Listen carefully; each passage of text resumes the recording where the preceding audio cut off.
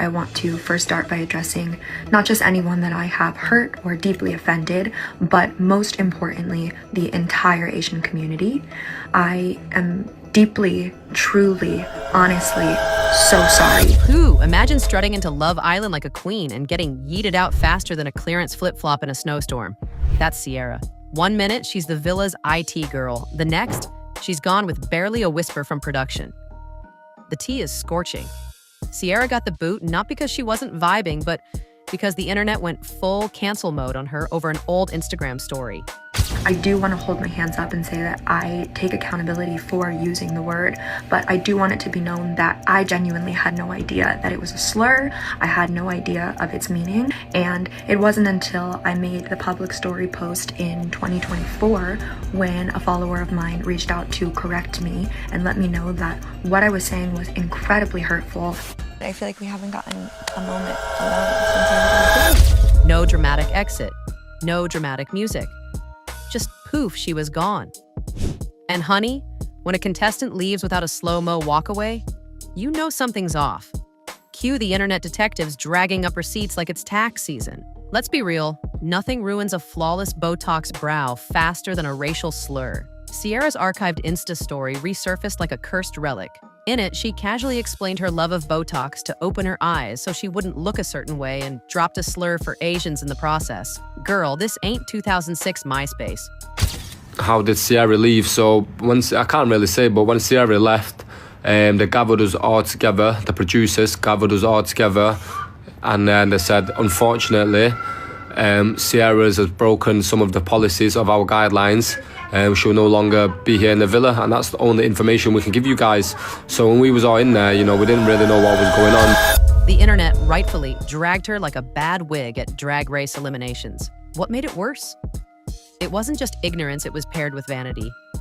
Getting cosmetic work to not look like a marginalized group? Yikes on 10,000 bikes. Cierra came in hot. Bombshell energy, good vibes, and Nick wrapped around her finger. The fandom was ready, but then cue her influencer girl gang running her socials like it was a Coachella brand deal. I completely agree with the network's decision to remove me from the villa. I think that this is something that deserved punishment, and the punishment has absolutely been received for sure. I think the backlash has obviously been very hard to deal with, but I understand that people are kind of confused on why I would have even said it or why I would have been doubling down and continuing to use it. So I understand where the hate is coming from. The captions? Peak corporate cringe. Fans turned on her faster than a ring light at golden hour. It started feeling like Cierra wasn't there for love, she was there for the brand. By week 3, fans were asking, is she dating Nick or just clout chasing for a Pretty Little Thing sponsorship? MJ, Cierra's ride or die and social media runner, added gasoline to the fire. With every smug caption and follower flex, MJ painted Cierra as a fame-thirsty villain. Worst offense? That one cringe post bragging about how Cierra would hit 1 million followers in 5 days. I do want to hold my hands up and say that I take accountability for using the word, but I do want it to be known that I genuinely had no idea that it was a slur. I had no idea of its meaning, and it wasn't until I made the public story post in 2024 when a follower of mine reached out to correct me and let me know that what I was saying was incredibly hurtful. I feel like we haven't gotten a moment alone since I was. Spoiler, she didn't. Instead, she got publicly dragged. Internet karma showed up like a repo man in a rom-com. Suddenly, those cheeky posts felt less cute, more calculated. MJ honey, next time, read the room before hitting post. Just when we thought the chaos had peaked, Cierra, Shelley, and Alandria decided to form their own Mean Girls clique, and they weren't subtle about it. Shady comments during confessionals, side eyes that could cut glass, and smug giggles whenever another Islander stumbled.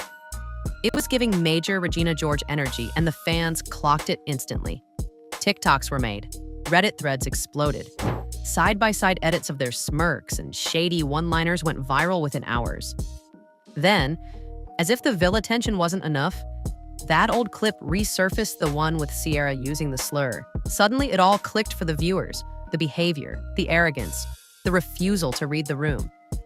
Cierra might as well have been holding a neon sign that said, "Cancel me." Love Island viewers, never once to stay quiet, turned into a full-on digital jury. And the verdict? Swift and unforgiving. Comment sections filled with demands for accountability, not just from Cierra, but from the show itself. They pointed to Yulisa's earlier removal for using the N-word and asked the obvious question, where's the consistency? Producers stayed silent at first, but the pressure mounted. #equal standards started trending. Influencers weighed in. Even former Islanders began liking tweets calling for Cierra's removal. Fans weren't just watching a reality show anymore, they were watching a cultural reckoning unfold in real time. And with every smug smirk Cierra flashed on camera, her fate was sealed a little more. The villa wasn't just about love this season. It became a battleground for accountability, and Cierra was right in the eye of the storm. No text, no dramatic piano score, no suitcase rolling down the villa walkway. Cierra's exit was quieter than a secret hookup under the covers. One moment she was there, bronzed and camera-ready. The next, gone without a trace. Producers issued the standard line she left for personal reasons, which in reality TV speak translates to, we're covering our butts. But the viewers weren't fooled. Social media was already buzzing, and the timeline didn't lie. Then came the real tea. Islander Zach, always one to stir the pot, let it slip during a late-night live stream that producers had gathered the cast and told them flat out Cierra had violated Love Island's guidelines. No elaboration, no chance to explain herself on screen, no redemption arc. Just a swift, silent removal. A get-out-of-villa-free card minus the freedom or grace. Fans were livid, not because she left, but because of how it was handled. No accountability moment, no reunion with the cast, not even a pre-recorded goodbye. For a show that thrives on closure, it was a glaring omission. Whispers of legal issues, contracts, and crisis PR started circulating. Theories flew faster than recoupling speeches. Honestly, this exit was messier than a Casa Amor heartbreak, and that's saying something. What was supposed to be the summer of love turned into the season of consequences, and Cierra's vanishing act might go down as Love Island's most chaotic exit yet. Nick wasted no time wiping those Cierra tears. Like, zero. He was already coupled with Alandria, Cierra's bestie, before her villa seat even cooled. Savage? Absolutely. And then, plot twist, his family posted a video cheering him and Alandria on, complete with a cake featuring their kiss. A cake? With frosting? Who bakes a cake about moving on? Nick's rebound wasn't just fast, it was sponsored by Betty Crocker. Fans were gagged. Cierra probably sobbing into a ring light. While Cierra was still MIA, her family stepped into the chaos with a surprisingly heartfelt Instagram statement. It wasn't defensive, nor was it performative, just raw, emotional, and frankly, the first classy moment in this whole public train wreck. They acknowledged the pain her post had caused, admitted that the situation was serious, and urged people to stop the hate. We're not asking you to forget, the statement read. We're asking you to remember she's human. They asked for patience, grace, and something that's become painfully rare online: empathy. Not to excuse Cierra's actions, but to remind the internet that dragging someone's family into the fallout is a whole different level of cruel.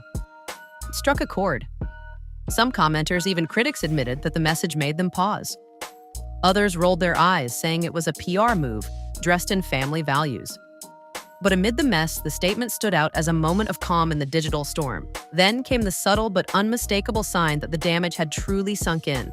Someone quietly scrubbed Love Island Season 7 from Cierra's Instagram bio.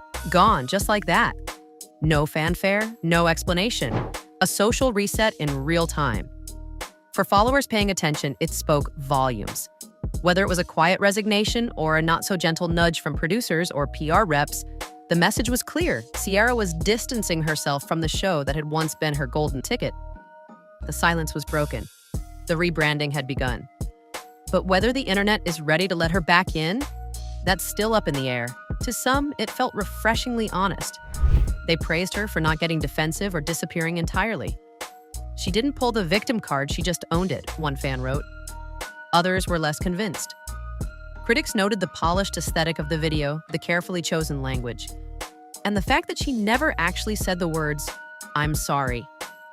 For them, it felt more like damage control than true accountability. Still, in the world of influencers, where half-hearted apologies and disappearing acts are practically a genre, Cierra's response stood out. In the end, Love Island gave us more than drama and romance. It gave us a front-row seat to a cultural reckoning. Cierra's fall wasn't just reality TV gold. It was a reminder that in 2025, accountability isn't optional even in paradise.